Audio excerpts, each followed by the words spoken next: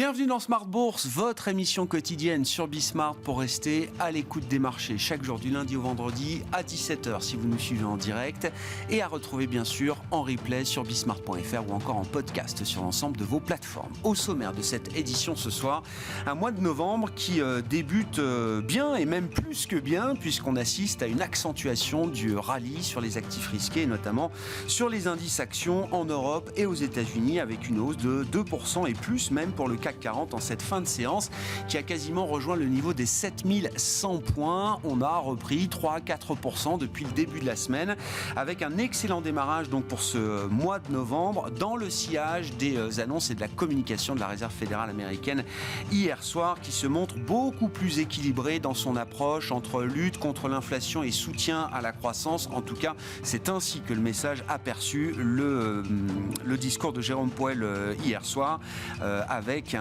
rallye obligataire également spectaculaire et qui explique en grande partie ce rallye sur les marchés actions. On a vu le 10 ans américain autour de 4,90 avant la conférence de presse de Jérôme Powell. Il est retombé à 4,60, 4,65 au moment où on se parle. 24 heures après, c'est donc un mouvement d'ampleur que nous analyserons avec nos invités de Planète Marché. Dans un instant, on notera que la volatilité des marchés actions est également retombée d'un cran et de plusieurs crans même puisque le VIX est repassé sous les 16 au moment où nous parlons. Il était plutôt autour de 20 il y a encore quelques heures et quelques jours à peine. Du côté des entreprises, la saison de publication se poursuit avec comme point d'orgue ce soir la publication d'Apple après la clôture du marché. Et puis nous parlons justement d'innovation dans le dernier quart d'heure de Smart Bourse. Bismart est partenaire de la deuxième édition des trophées d'innovation organisés par LBPAM et ce sera le sujet de ce quart d'heure thématique ce soir avec les équipes de LBPAM qui seront avec nous en plateau à partir de 17h45.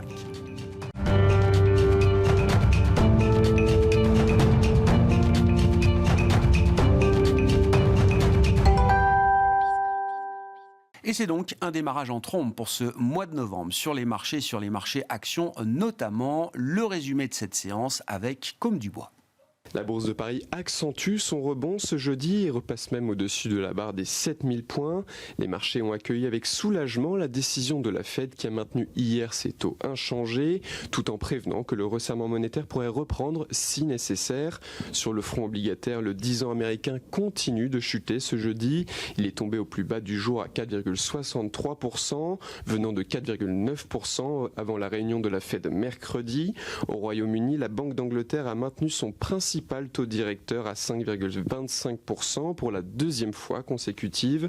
Du côté des indicateurs, les inscriptions au chômage aux États-Unis ont légèrement augmenté à 217 000 la semaine dernière contre 212 000 la semaine précédente. En zone euro, l'indice PMI manufacturier est ressorti en version définitive à 43,1 en octobre contre 43,4 en septembre.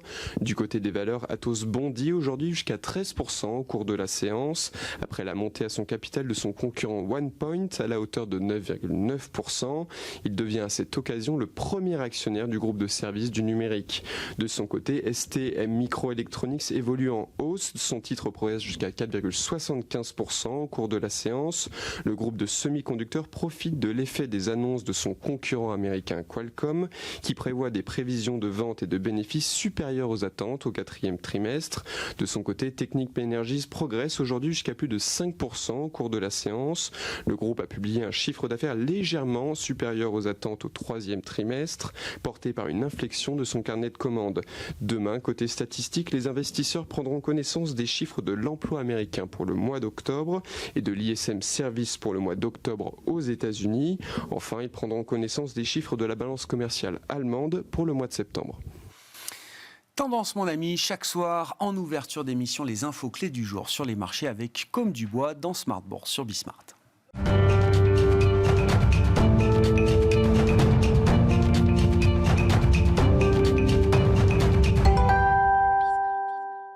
3 invités avec nous chaque soir pour décrypter les mouvements de la planète marché. Virginie Robert est avec nous ce soir, présidente de Constance Associés. Bonsoir Virginie. Bonsoir Grégoire. Merci d'être là. Merci à Thierry Guil d'être avec nous également ce soir en plateau. Bonsoir Thierry. Bonsoir Grégoire. Vous êtes le président de Raymond James France et Nuno Texera nous accompagne également. Bonsoir Nuno. Ravi de vous retrouver. Vous êtes membre du comité d'investissement Cross Asset de Natixis IM. Nuno, un commentaire sur les mouvements de marché qu'on observe depuis 24 heures maintenant, à savoir une détente assez spectaculaire des rendements obligataires américains, notamment le marché directeur. On a vu jusqu'à 20 points de base de baisse sur le 10 ans américain ces dernières heures. Et par voie de conséquence, ce mouvement sur les taux génère ou accélère encore un mouvement à la hausse sur les actions. On l'a vu déjà hier sur la séance américaine. On voit la prolongation sur les actions européennes aujourd'hui, hausse de 2% pour le CAC 40. Et la volatilité, le stress du marché mesuré par le VIX qui retombe alors à des niveaux pas de complaisance, mais en tout cas des niveaux de stress moins importants que ce qu'on a connu ces derniers jours. Qu'est-ce qui explique là ces mouvements de court terme, certes, mais qui sont quand même des mouvements importants et visibles aujourd'hui sur les marchés encore, Nuno? Est-ce que tout tourne autour de la Fed ou est-ce que d'autres éléments viennent alimenter ce qu'on observe sur les marchés depuis 24 heures? Oui, alors c'est tout en nuance en fait, parce qu'on n'a pas eu d'événements extrêmement marquants. On a eu un changement de tonalité effectivement de la Fed qui a rassuré les investisseurs. Finalement, la Fed était la dernière banque centrale dont on pensait qu'il pourrait peut-être durcir encore une fois avant la fin de l'année. En tout cas, le marché était relativement partagé. Nous, on ne pensait pas que ni la BCE ni la Fed ne remonteraient leur taux et qu'ils avaient atteint finalement un plateau suffisamment élevé. Pour autant, il y avait quand même une forme d'incertitude, d'autant plus qu'on avait eu des chiffres d'activité relativement soutenus aux États-Unis. Donc finalement, on pouvait avoir le doute. Et puis, on a eu finalement des nouvelles, pour ne pas dire rassurantes, en tout cas laissant entendre qu'il y a quand même finalement un impact sur l'économie. D'ailleurs, le président de la Fed a souligné que finalement le travail avait été fait un petit peu en termes de durcissement des conditions financières par la remontée des taux longs. Par ailleurs, on a eu un ISM manufacturier qui a été plutôt en faveur d'un retour à une situation qui prévalait il y a quelques mois, donc ça se calme un petit peu. Et puis, on a eu aussi du côté du Trésor des annonces finalement d'un plan d'émission moins important que prévu. Tout ça, ça réduit la pression sur le marché obligataire, d'autant plus que côté Moyen-Orient, on a également des prix du pétrole qui reviennent en dessous des niveaux du 7 octobre. Ouais. Donc, les choses se calment un petit peu sur les sources d'inquiétude à court terme. On est de toute façon dans un scénario où il y a une grosse différence quand même de situation entre les États-Unis qui maintiennent une économie finalement assez résiliente, solide, un marché de l'emploi. On le voit encore avec les négociations salariales qui ont abouti finalement... en faveur des salariés, pour le coup. En faveur des salariés, ce qui montre quand même la solidité du marché du travail et leur pouvoir de négociation. Voilà. Et puis en Europe, on a une situation qui est quand même sensiblement différente. Donc là, maintenant, on repousse un petit peu l'idée, évidemment, d'une remontée supplémentaire des taux. Pour autant, on a quand même encore des incertitudes et en particulier, on est loin des objectifs des banques centrales sur l'inflation. Alors voilà, ça me permet d'aller assez directement à la question du jour, Nuno. Ce qu'on voit sur le marché obligataire, on est simplement dans le domaine du soulagement à ce stade ou est-ce que c'est un vrai point de renversement qui pourrait marquer, pourquoi pas, la fin du bear market obligataire qu'on observe depuis 2-3 ans maintenant? Difficile à dire, bien sûr, mais est-ce qu'il y a des éléments qui peuvent déjà aller dans ce sens-là? Ou est-ce que c'est trop tôt pour en faire un scénario d'investissement? Non, ce qui est clair, c'est qu'on voit quand même des inflexions à la baisse sur l'inflation. En zone euro, c'est particulièrement notable puisqu'on vient d'avoir un chiffre... qui est particulièrement bon, en dessous des 3%, donc c'était difficilement imaginable. Pour autant, on a encore de l'inflation dans les services.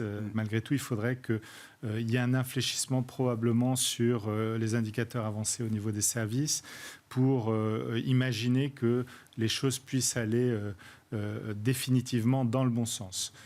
Pour l'instant, et puis il ne faut pas oublier une chose, si les taux longs rebaissent trop vite, à nouveau, on va avoir une détente des conditions financières et à nouveau les banques centrales qui s'inquiètent de cette fameuse détente. Donc, il faut rester prudent, on est plutôt neutre en termes de duration. Ouais, en revanche, c'est vrai qu'on a repondéré les marchés actions dans nos portefeuilles à une neutralité, alors qu'on était sous-pondéré depuis quelques mois. Ah, on reviendra sur cette partie-là.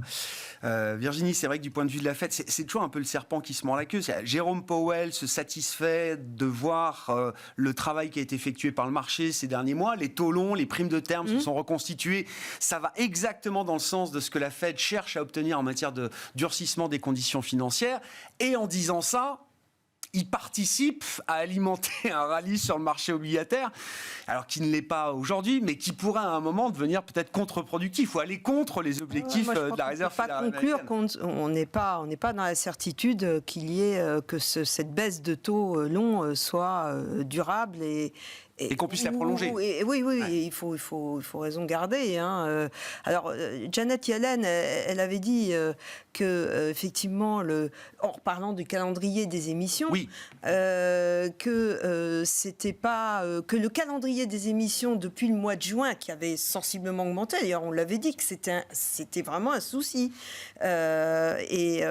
Elle dit non, c'est pas ça qui a fait monter les taux longs. Difficile de connaître la vraie incidence. Elle dit que c'est la croissance américaine. Ouais, bien sûr. Mais bon, je pense que là, s'il y a un petit peu de détente, si ça se détend aussi de ce côté-là, ça je crois. Et d'ailleurs, le marché a commencé à monter aux États-Unis avant quand le Trésor a publié son programme d'émission. Là, on a eu déjà des soubresauts, une espèce de respiration. Donc, c'est bien la preuve que le marché action... maintenant, la taille des émissions va augmenter, mais un peu moins que ce que le marché craignait sur des parties longues, notamment. C'est ça. Du 115 milliards par semaine, c'est bon.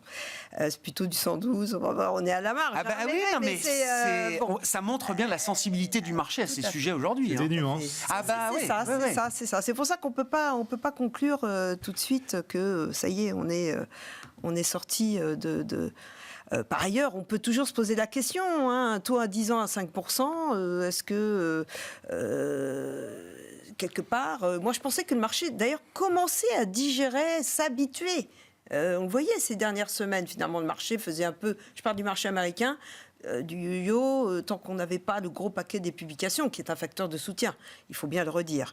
Donc, et attention, parce que l'impact de la hausse des taux longs, on ne l'a pas encore complètement vu. Justement. Oui. Donc, attention à cet impact. Il faut toujours rester prudent sur les répercussions de les effets mouvements de taux. Les effets qui laguent, qui est en retard. Donc, il faut être encore prudent. Mais sur la partie obligataire, oui, c'est ça. Vous dites, ne vendons pas tout de suite la peau des ours, d'ailleurs, du bear market obligataire, pour dire les choses en franglais. Thierry, quelle est l'analyse que vous faites, effectivement, de cette séquence, alors entre le programme d'émission du Trésor, la communication de la Réserve fédérale américaine, et encore une fois, le price action, la manière dont le marché a réagi assez vivement à cette série d'annonces? Pour prolonger un peu ce que disait Virginie tout à l'heure sur les causes de la hausse des taux longs américains, ce que disent nos stratégistes, c'est qu'en fait, c'est pas tant lié à l'activité économique américaine, même si c'est ce que dit Yellen, et c'est sûrement une des composantes.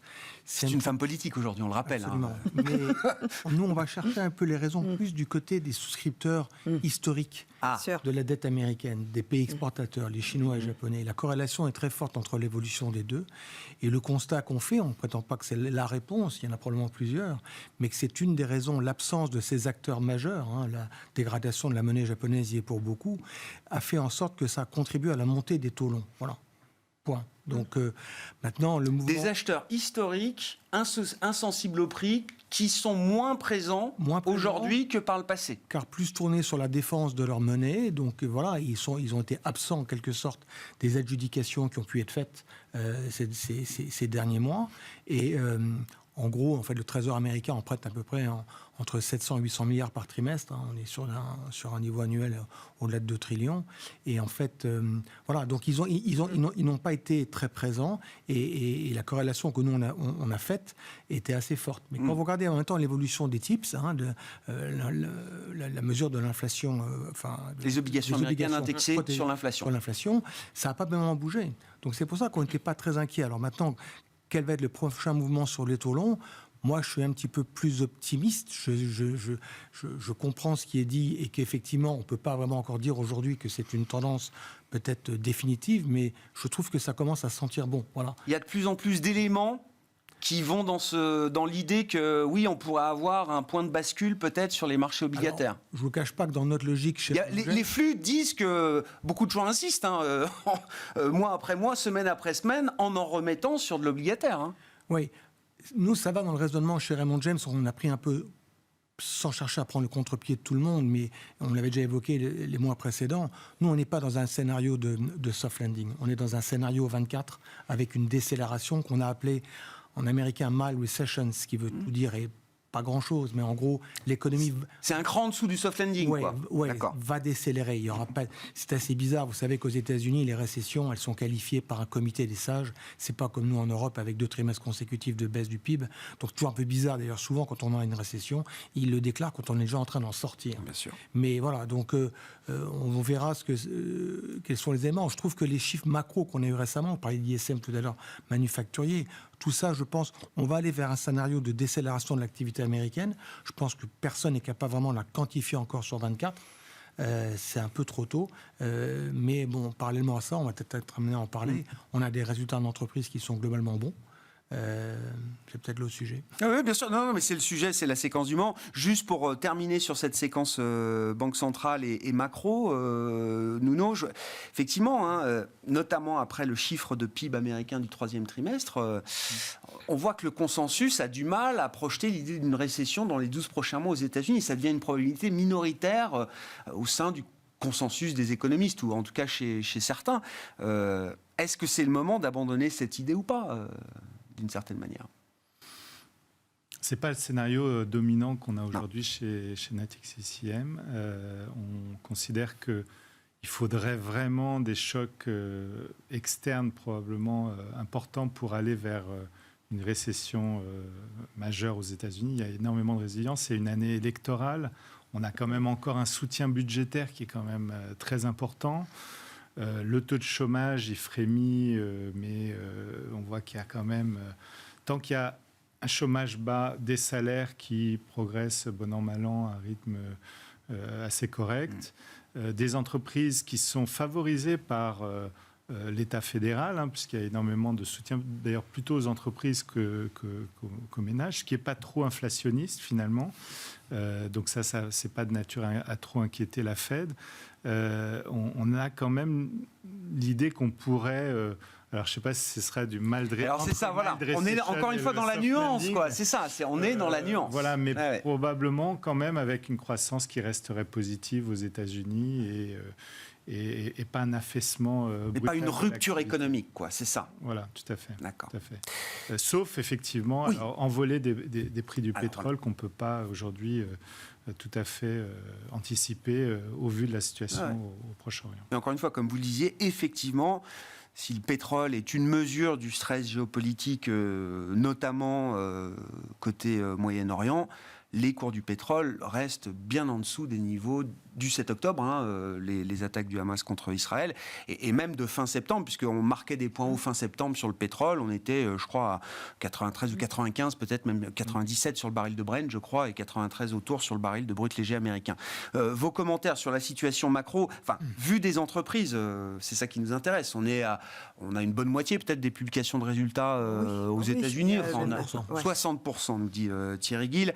Que nous disent les entreprises, celles que vous suivez, celles qui sont dans votre univers d'investissement, Virginie? Nous disent que ça va plutôt bien. Voilà. Alors, il y a deux choses. Il y a les publications et il y a ce qu'a fait le marché.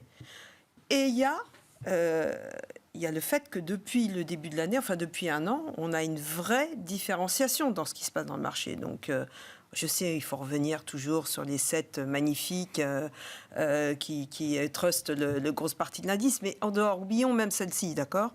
Dans les différents segments, il y a d'abord des segments qui ont beaucoup plus souffert que d'autres. à juste raison, d'autres peut-être pas à juste raison. Je vais y revenir. Et puis après, dans les secteurs, il y a vraiment des différenciations. Et ça, c'était le scénario, effectivement, parce que quand vous avez des difficultés sur la table, c'est là où les entreprises, on va voir si elles font la différence ou pas.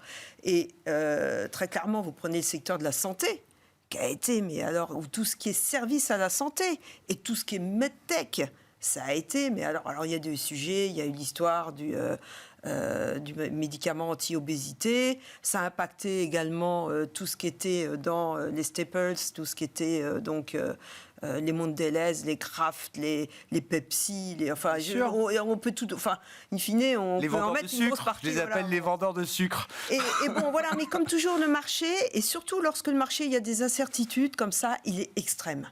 Et donc aujourd'hui, qu'est-ce qui se passe ? Il y a le juge de paix. Le juge de paix, c'est la qualité des résultats, et les résultats sont plutôt bons. Mais après, c'est la guidance, c'est évidemment le discours du management.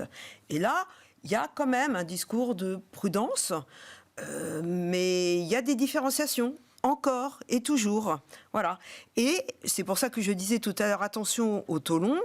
Il faut bien considérer quand même la structure financière des sociétés. Parce qu'il y a quand même un point hyper important aux États-Unis. Vous dites, on ne bâtit pas une stratégie action aujourd'hui en espérant ou en misant ou en pariant sur une baisse des taux longs de 100 ou 150 points de base. Pourquoi ? Parce que la qualité bilancielle est extrêmement importante aujourd'hui, puisqu'on sait qu'il va y avoir un effet retard des taux longs.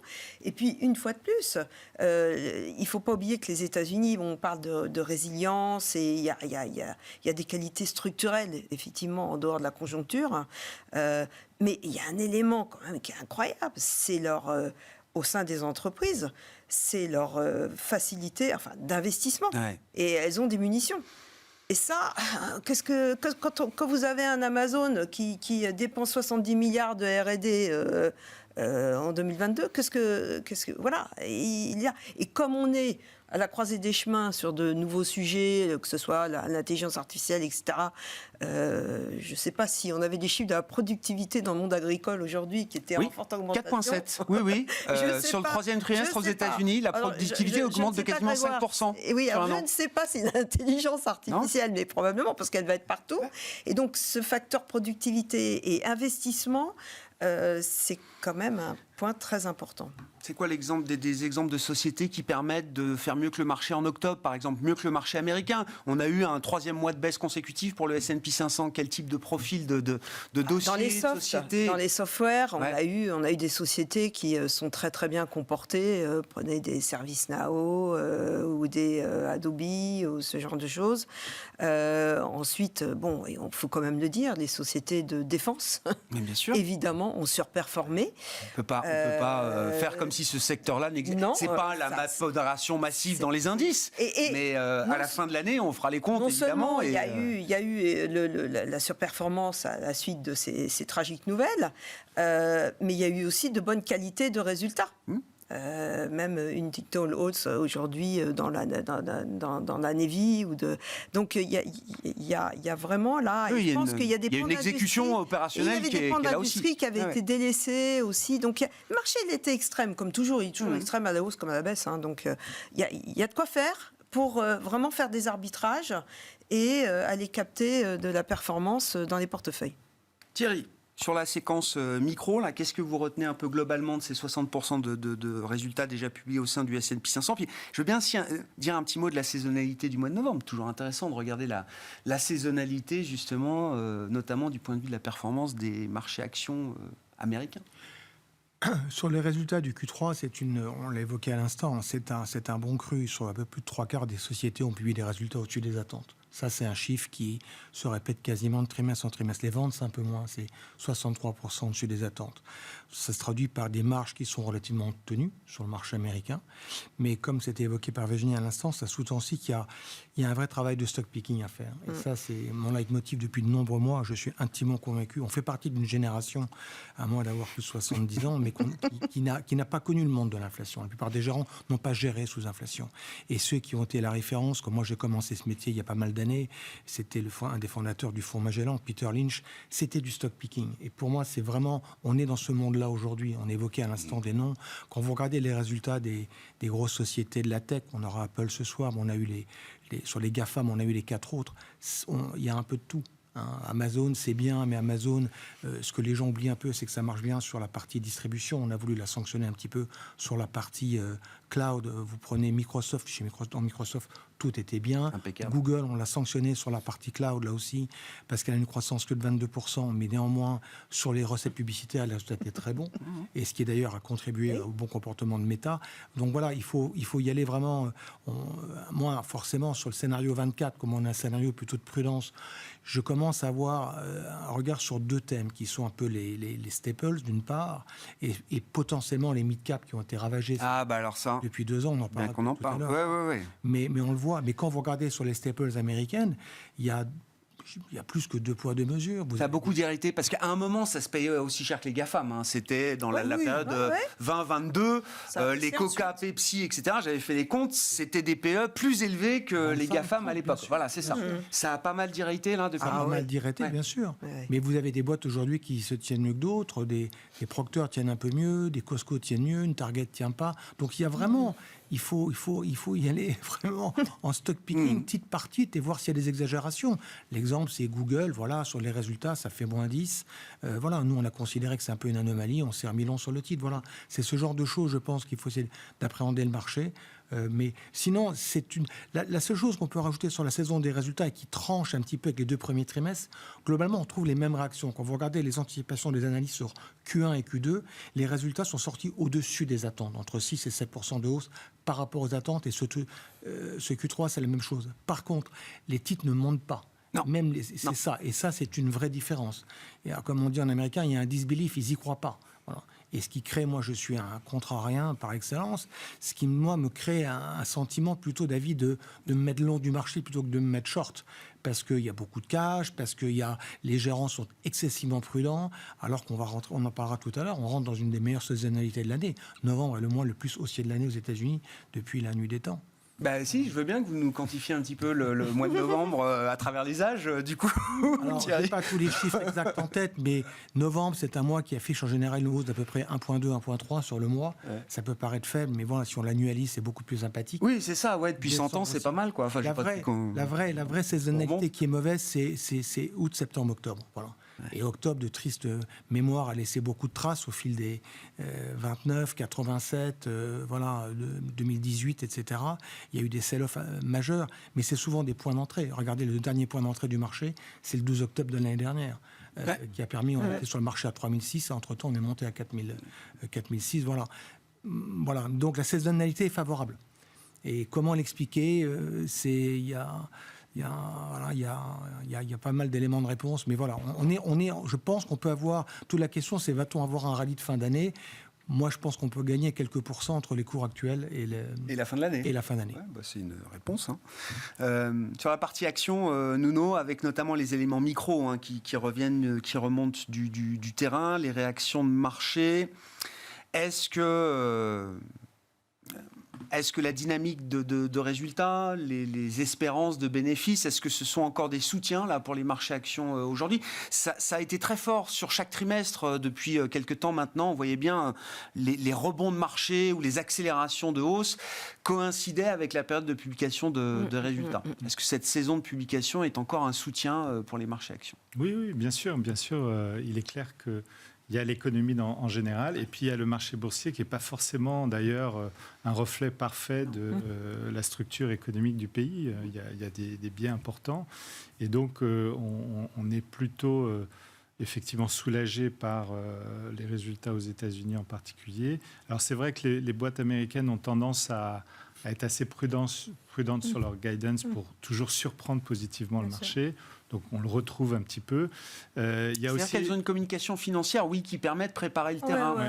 Quand on voit les accidents de parcours qu'on a eu récemment en Europe, et en discutant avec certains gérants ou certains analystes, il peut y avoir des pré-calls avant les publications qui ne laissent absolument transparaître aucun des problèmes qui seront dévoilés 15 jours ou 3 semaines plus tard. C'est clair, c'est clair. Pour dire les choses.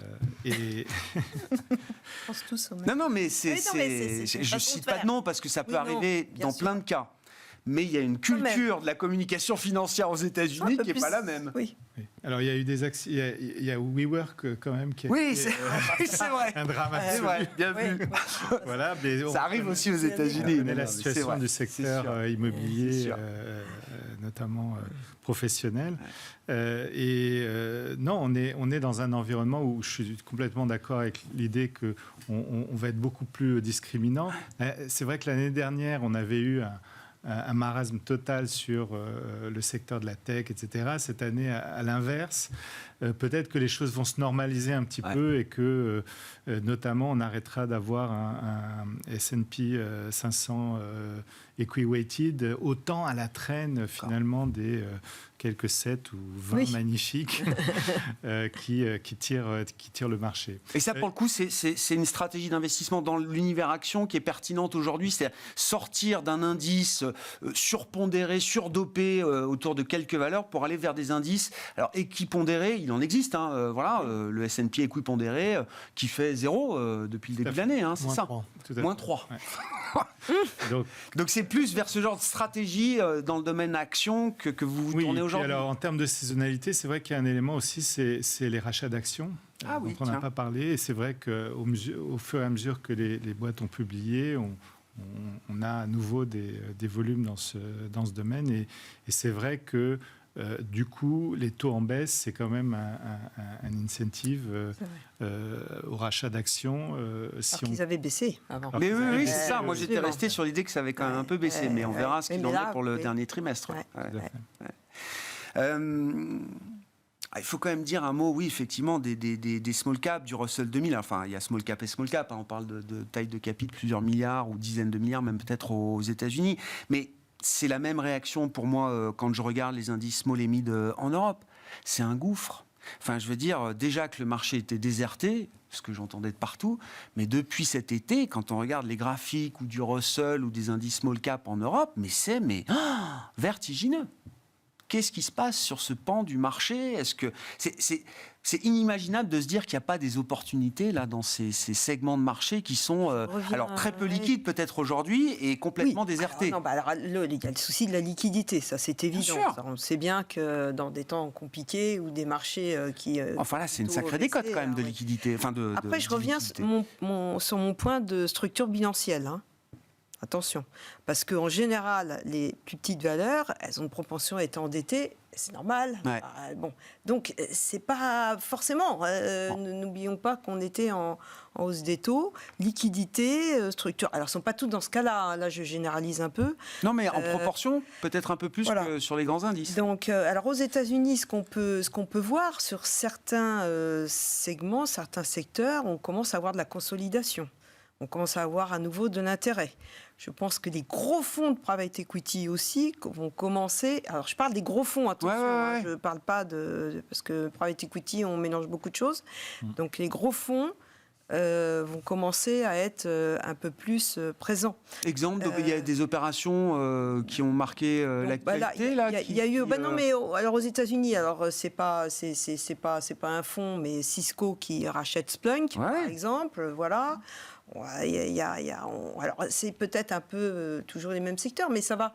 Je pense que ça va revenir. Alors que là aussi, on était arrivé comme les rachats d'actions et il ne se passait plus rien, à la fois sur les introductions en bourse et sur les rachats. Donc voilà, ça peut reprendre. Et je pense que évidemment, oui, il y a des dossiers très intéressants. Si on est un peu plus positif pour des indices équipondérés, est-ce qu'on est moins positif pour les 7 magnifiques ? Enfin, je veux dire, est-ce que ça implique... Vous parlez d'Apple ? Je vous laisse choisir. Oui, Apple ce soir. Si, allons-y sur Apple. Alors, ce soir, la tradition veut qu'on parle avec vous d'Apple, Virginie. On le fait depuis 10 ans maintenant. Oui, voilà. Non, mais est-ce que oui, il y a des points, il y a des points de faiblesse quand même. On regarde des valos boursières, des cours de bourse. Parce que tout le monde se dit, tout le monde est encore centré sur les ventes d'iPhone et évidemment sur le dernier iPhone, je rappelle quand même qu'il est sorti le 22 septembre. Donc pour les chiffres à fin septembre, on aura un petit 8 jours de vente effective. Mais pour autant, ça fait rien, parce que les analystes disent toujours, c'est le momentum. Bah oui. Voilà, voir les premiers jours si ça se vend très très bien. C'est comme un film au cinéma. Enfin, je veux dire, est-ce que ça démarre bien sur la première séance du premier jour? C'est important. Ça va être faible sur tout ce qui est iPad et Mac. Et pourquoi? Parce qu'il y a toute la nouvelle gamme. Alors, iPad, il n'y a pas encore de nouvelle gamme. Il n'y en a pas en 2023, donc peut-être 2024. Mais sur les Mac, en particulier avec les nouveaux processeurs M3 qui ont été annoncés. Donc forcément, là, les gens ont pu... hormis l'aspect fondamental, on s'équipe un peu moins, peut-être dire j'attends le M3, avec le processeur M3, donc là ça va être en décroissance. Non, moi ce que je regarde, parce que pour moi c'est ça le futur d'Apple, c'est la continuelle progression des services. Et ça, et le dernier trimestre, c'était assez impressionnant. Donc moi, c'est plutôt ça que je vais regarder. Après chacun considère si effectivement il y a de la valeur, de la création de valeur à venir. Je pense que oui. Donc voilà, mais je suis pas surexposée sur Apple, je suis plutôt sous-exposée par rapport aux indices d'ailleurs. Ouais, c'était un peu le sens de ma question. Voilà. Sans que, sans que ce soit insultant pour Apple, de se dire qu'on en a peut-être un peu moins aujourd'hui. Nous, chez Constance Associés, on fait plutôt notre surperformance. Alors, on est parfois pénalisé parce que quand les magnifiques montent beaucoup, on est plutôt. Donc, nous, notre surperformance, elle se fait plutôt en dehors de ce groupe-là. Voilà. Non, mais, point très intéressant. Thierry, s'il y a un commentaire à faire sur Apple avant la publication, où est-ce que vous mettez les enjeux pour Apple? Puis je veux bien qu'on revienne avec vous sur l'idée que les small caps peuvent être un investissement payant peut-être pour 24, comme vous dites. Oui. Sur Apple, moi j'ai toujours considéré que c'est pas tant le nombre d'iPhone qui est important, c'est savoir quelles sont les marges. La marge du groupe, pour moi, c'est le plus important. La véritable histoire d'Apple, c'est ça. Donc, on sait qu'ils développent, comme l'a dit Virginie à l'instant, beaucoup les activités de service. On verra quelles seront les incidences sur les nouvelles générations de Mac qui sortent avec leurs nouvelles puces, qui pour moi d'ailleurs est un secteur que je regarde beaucoup. L'univers, on ne l'a peut-être pas évoqué, mais qui m'intéresse sur 24, c'est l'univers des PC. Parce qu'en fait, quand on réfléchit un petit peu et au vu des résultats de celles qui ont déjà publié, je pense à Intel qui a publié de très bons résultats parce que le PC marche bien, AMD sur la partie PC, c'était pas si mal que ça. Ce qui m'intéresse, c'est que la dernière fois qu'on a tous changé, pour beaucoup d'entre nous, nos PC, c'était en plein Covid. Donc on arrive à un cycle de renouvellement. Et le deuxième aspect, ça va faire pratiquement 3 ans et demi, 4 ans. Et le deuxième aspect, c'est que quand vous regardez la nouvelle façon dont vous allez pouvoir accéder à l'IA, alors c'est pas nouveau, mais c'est via le PC ou via vos portables. Donc l'équipement va être important quand même, le hardware va être avec important. Des puces. Et donc on était habitué au CPU, dans les ordi, au GPU, les Graphic Processing Unit, et donc il y aura maintenant les NPU, terme que je ne connaissais pas, cet acronyme, Neutral Processing Unit, et c'est en fait des puces qui sont capables de faire des analyses de données en masse. Voilà. Et ça, c'est important. En gros, il va falloir changer de voiture pour pouvoir, en quelque sorte, tout changer, quoi. pour pouvoir aller sur l'IA. Voilà. C'est formidable. Pour que demain, quand vous écoutez une conférence, on vous fasse en instantané la traduction immédiate dans votre langue. C'est ce genre de choses. Donc ça m'intéresse. Mais oui, pour revenir sur Apple, oui, j'ai pas de vrais éléments. Bien sûr, on regarde la Chine. Il y a près de 19% du business d'Apple est fait en Chine, c'est 21% de son operating income. Voilà, et on sait que ça devait ralentir. On verra ce que ça donne. Avec en plus une concurrence chinoise qui revient sur le devant de la scène. Oui. Bon, c'est pas un peu stratosphérique non plus, Apple. Je crois qu'on est à 29 ou 30 dans ces niveaux-là. Donc, de PE? Oui, de PE. D'accord. Ouais, elle a baissé récemment, elle a perdu 9% depuis son plus haut. Sur les small? La question des small caps, c'est une question qui m'est posée depuis de nombreux mois. Alors moi, j'ai tendance toujours un petit peu à dire que lorsque vous avez un changement de paradigme sur un marché, il faut aller regarder un petit peu parfois du côté de l'analyse technique. Parce que je considère que les graphes, les charts vous donnent des éléments que souvent les analystes fondamentaux ne découvrent qu'après coup. Donc je ne dis pas qu'il faut aimer l'un et pas l'autre, il faut travailler en bonne intelligence avec les deux outils. Mais sur les small caps, il n'y avait vraiment aucun momentum, mais depuis plusieurs mois. Là, un peu comme je l'évoquais tout à l'heure aux États-Unis sur les staples, moi j'aime bien ce qui arrête de baisser dans un marché qui baisse, j'aime pas ce qui ne monte plus dans un marché qui globalement monte. Alors est-ce que ça a arrêté de baisser sur les small caps? Pas toutes. Vous évoquez les small caps par le prisme du Russell 2000. Moi, j'aime pas trop le Russell 2000 parce que le poids des biotech est beaucoup trop important. Et dans le screening qui est fait du Russell 2000, peuvent rentrer des valeurs qui ne gagnent pas d'argent. Je préfère regarder le Mid Cap 400 ou Small Cap 600 sur le SPI. Et là, c'est des boîtes profitables ? Oui. D'accord. En tout Sur cas, le Russell 2000, je crois que c'est 35% des boîtes qui sont pas Ouais, c'est ça, Oui, c'est ce que oui. j'avais en tête, 40%. Alors, moi, C'est c'est vrai pour que- zombie, c'est un peu violent, mais En Europe, ouais, c'est moins. autour de 10. Ouais. Oui, donc ça explique quand même l'écart aussi de performance quand on cherche de la qualité et donc, du faut cash flow. regarder aujourd'hui, plusieurs indices. Ce que je pense, oui, je pense qu'il peut y avoir une opportunité. Si on verra, comme ça a été évoqué tout à l'heure, si on a une inversion durable des taux américains, les petites boîtes américaines sont des boîtes qui se financent beaucoup par de l'emprunt et donc elles devront en bénéficier. Voilà. Donc si on a une décélération l'année prochaine, peut-être qu'avec la baisse des taux, c'est peut-être un secteur qui pourrait revenir, je dis bien, au conditionnel, revenir en vogue.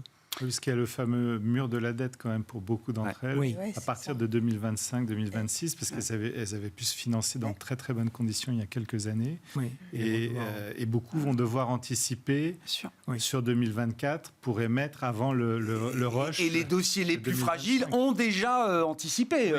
C'est Tout à souvent fait, comme ça. Hein. tout à fait. C'est ce que vous disiez, Virginie. Les répercussions des hausses de coûts de financement, des hausses des taux, on n'a pas encore vu dans le domaine corporate, on n'a pas encore vu tous les sujets. Nuno, si je reviens, c'était le début de la discussion, une Fed plus équilibrée dans son approche qui en aurait fini avec les hausses de taux directeurs. Qu'est-ce que ça implique, par exemple, pour la sphère émergente, notamment ? Là aussi, ça a été des actifs compliqués cette année. Est-ce qu'il y a l'idée, on approche de la fin d'année, on est tous plongés dans les perspectives 2024, est-ce qu'il y a l'idée qu'il y a un mouvement de soulagement ? Est-ce qu'il y a quelque chose à faire du côté de la sphère émergente en matière d'investissement aujourd'hui ? Il est clair qu'au niveau taux d'intérêt, on a eu quelques initiatives de certaines banques centrales émergentes, mais finalement assez timides, parce que c'était difficile d'aller contre la Fed. À partir du moment où on aura plus de visibilité sur la politique monétaire de la Fed, on pourra voir ce type d'initiative se développer. C'est-à-dire baisser les taux, quoi. Des baisses de Ouais, taux, exactement. Ouais. Et par ailleurs, on devrait avoir aussi des devises qui tiennent un petit peu mieux, parce que tant qu'on a un dollar extrêmement fort, c'est difficile d'avoir une surperformance durable des marchés émergents. Donc on est toujours un petit peu négatif sur les marchés émergents de manière générale, sur l'Asie en particulier. Donc on est plus constructif sur l'Amérique latine. De toute façon, si la Chine se reprend, ça profitera aussi au Brésil en particulier. Ouais. On aime bien le Mexique, qui est quand même aussi lié à l'Amérique. À l'Amérique du Nord, bien sûr. qui a une base de coûts quand même très favorable. Donc voilà, c'est un petit peu le type de pari qu'on fait, mais pour l'instant, on reste plutôt pays développés et encore sous-pondéré sur les pays émergents. On a remonté vraiment nos allocations de 4 points. Alors, ça peut sembler modeste, mais on était sous-pondéré en action. Et mardi, on a décidé, avant même la décision de la Fed, de remonter nos allocations en considérant qu'on avait déjà purgé un petit peu les excès du début de l'année. D'accord. Bon. C'est vous la hausse du marché. Ça fait 3-4 jours, effectivement, que le marché s'emballe un petit peu. C'était notre comité d'investissement mardi. Voilà. C'est tombé le mardi. Bon, on s'arrêtera là-dessus pour ce soir. Merci à vous trois d'avoir été les invités de Planète Marché. Virginie Robert, présidente de Constance Associés, Thierry Gill, président de Raymond James France, et Nuno Teixeira, membre du comité d'investissement Cross Asset de Natixis IM.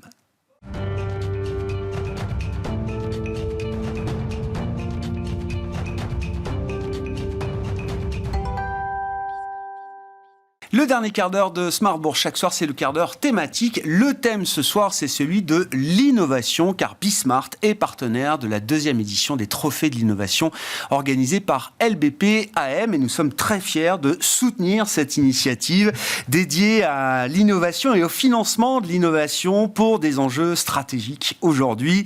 Emmanuel Mouret, présidente du directoire de LBP AM, est avec nous, et Michel Saunier, directeur de la gestion de Tocqueville Finance, une des filiales de gestion d'actifs de LBP AM aujourd'hui. Bonjour à vous deux. Bonjour Grégoire. Merci beaucoup d'être avec nous et de reproduire ce partenariat. C'était la première édition l'an dernier de ces Trophées de l'innovation, Emmanuel. La 2e édition, on va détailler un petit peu sans dévoiler évidemment les lauréats, puisque l'événement a lieu le 7 novembre prochain. Mais quel quelles sont les leçons que vous avez tirées de la première édition et que représente pour vous aujourd'hui cet événement qui est amené à durer et à s'installer dans le temps pour le groupe majeur de gestion d'actifs que vous êtes aujourd'hui? Alors oui, pour répondre à la première question, qu'est-ce qu'on a tiré comme enseignement? Eh bien, c'est quelque chose d'assez important pour nous à multiples titres. Alors d'abord, LBPAM, avec sa filiale Tocqueville Finance et désormais la financière de l'Échiquier qu'on a acquis en juillet 2023, est un gérant de 68 milliards d'euros environ, avec sur la partie gestion action de conviction, alors là on est le premier en France sur la partie action, on a 25 milliards. Et cet événement est important parce que précisément notre job de gérant action, c'est d'identifier les champions de demain. Donc c'est précisément tout l'enjeu de ces trophées de l'innovation et c'est donc la raison pour laquelle nous renouvelons.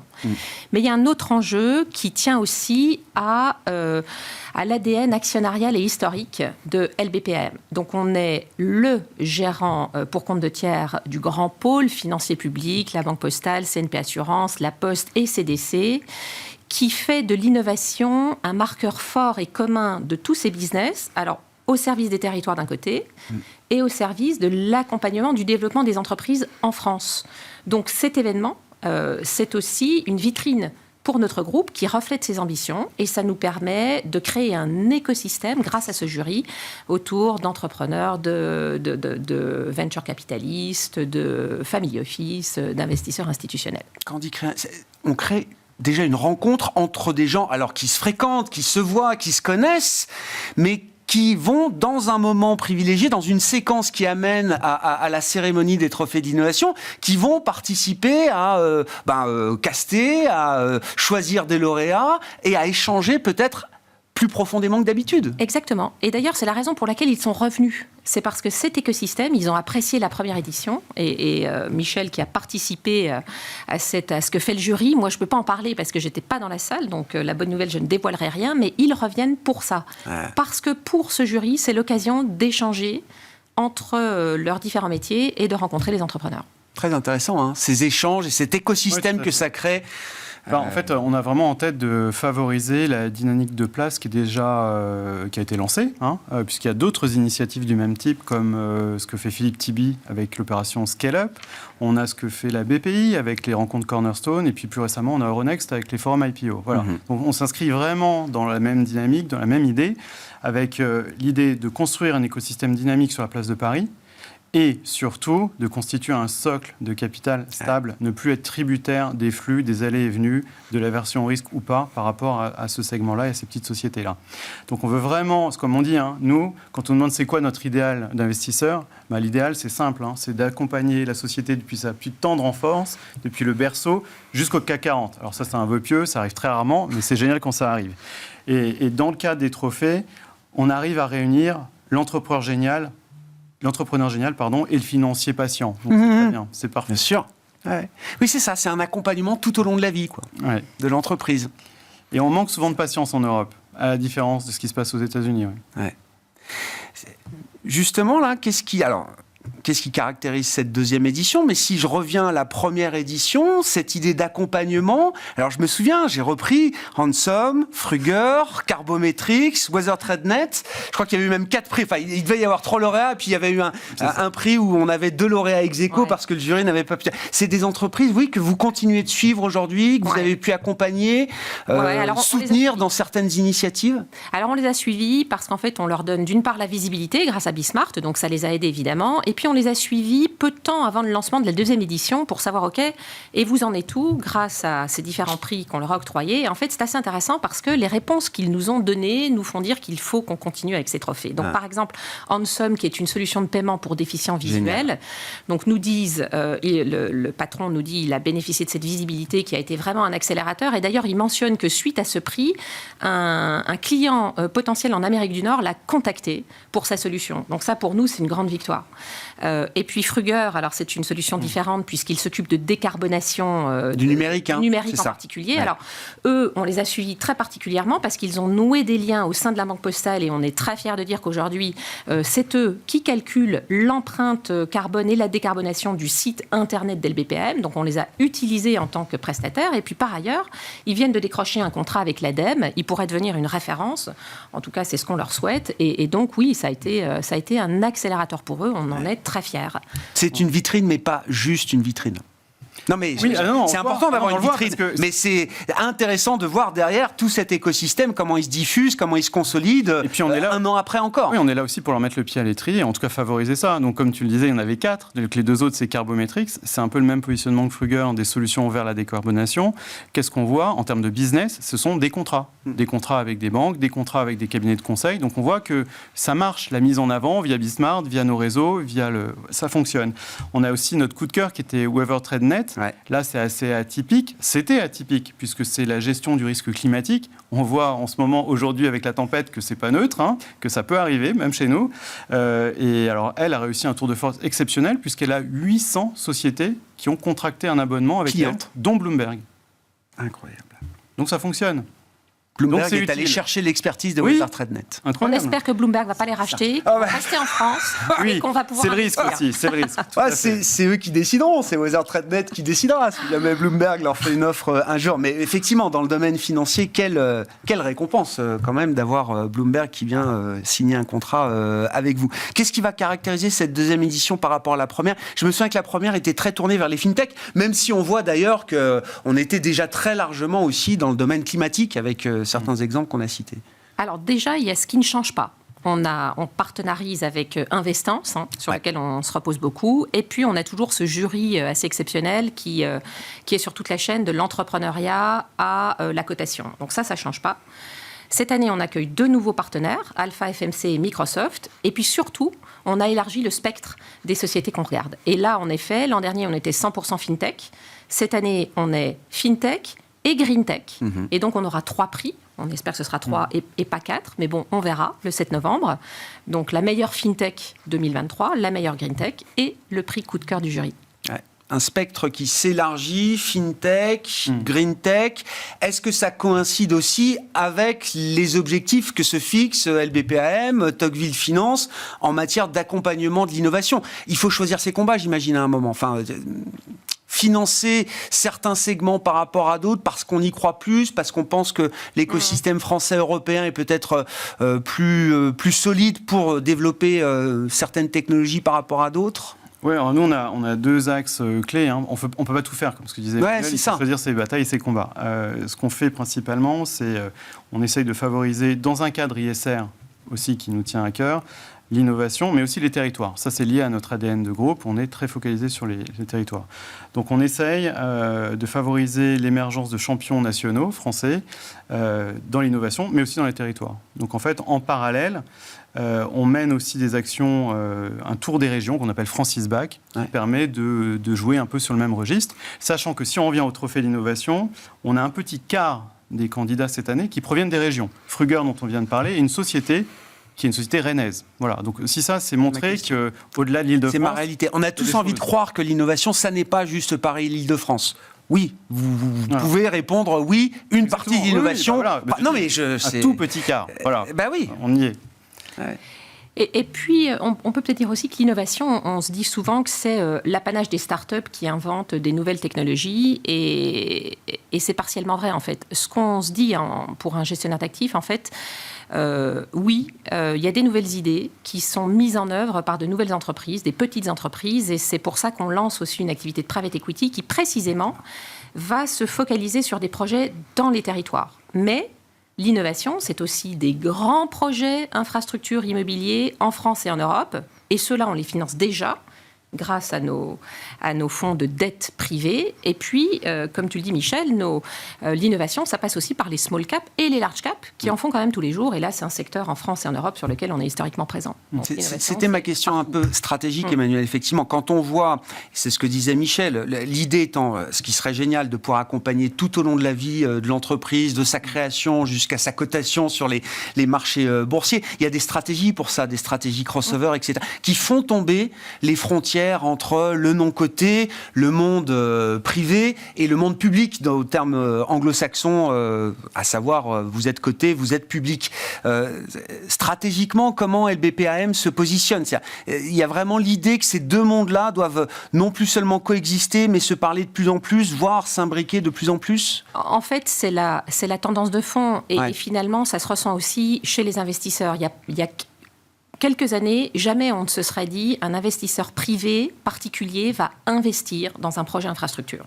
En fait, c'est terminé ça. Jamais on disait un investisseur particulier va investir dans le private equity parce que c'est réservé à une certaine élite.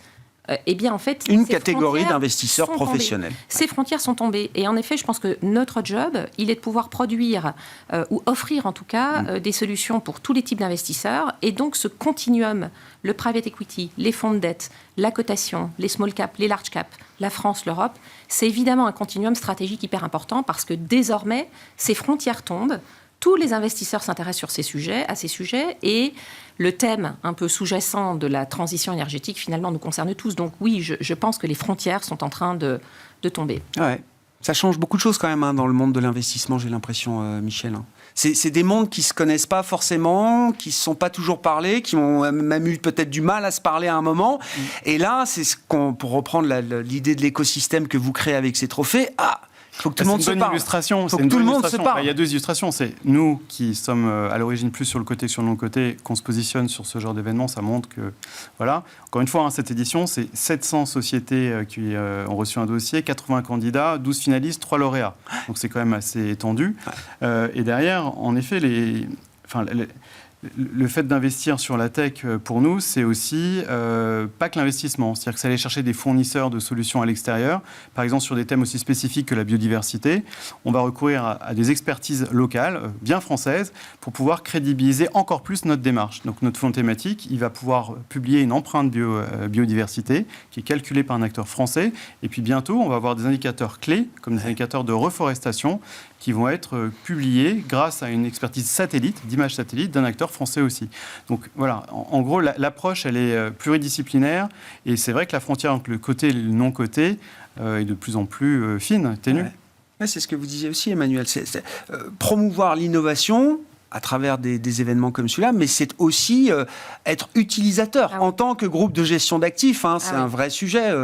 L'innovation, la technologie, la donnée, le traitement de la donnée, etc. Enfin, j'imagine il y a plein de sujets où vous êtes capable d'aller chercher de l'expertise nécessaire à votre métier de gérant d'actifs. Ah oui, en fait, on s'applique à nous-mêmes en tant que société de gestion, cette fois-ci, ce que Michel met en place dans les portefeuilles. Donc, en effet, c'est essentiel de comprendre ces technologies. Mais là-dessus, il faut être très humble et très attentif, parce que l'innovation, c'est un puits sans fond. Et en fait, on peut vite se disperser sur des innovations technologiques qui fleurissent chaque jour et partout. Donc notre rôle en tant que société de gestion, c'est d'être capable d'identifier ce dans quoi on va investir en propre, parce que ce sera core business, versus ce dans quoi on ne va pas investir, mais pour des solutions pour lesquelles on va chercher des partenaires externes. Et donc, à titre d'illustration, ce qu'on a choisi de faire chez le BPAM, c'est d'investir en propre sur la partie data, y compris la data extra-financière. Donc là, on a énormément investi avec un data ça, c'est cœur, ça c'est très, très cœur.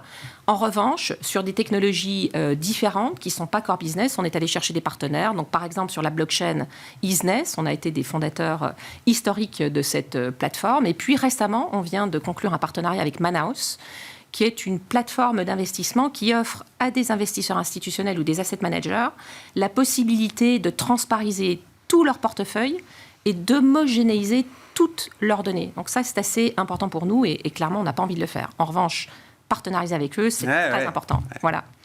Bon, rendez-vous le 7 novembre pour cette deuxième édition des Trophées de l'innovation. On vous en fera le compte-rendu évidemment dans Smart Bourse et même plus que ça, puisqu'on recevra les 3 lauréats. Théoriquement. Avec un très bon millésime cette année. Le jury présidé vous par avez la Pierre liste, Ernst a vous très bien connaissez travaillé. les lauréats Oui, déjà, c'est- Michel. C'est très intéressant. Ni nous ni eux ne savent qu'ils sont encore lauréats. Mais des Donc très belles découvertes, oui. On découvrira ça le 7 novembre et vous pourrez évidemment suivre une interview de ces lauréats dans Smart Bourse courant novembre, dans les jours qui suivront. Cette deuxième édition des Trophées de l'innovation qui se tient donc le 7 novembre prochain, organisée par LBP AM. Emmanuel Mouret, sa présidente du directoire, et Michel Saunier, directeur de la gestion de Tocqueville Finance, étaient avec nous dans ce dernier quart d'heure de Smart Bourse ce soir.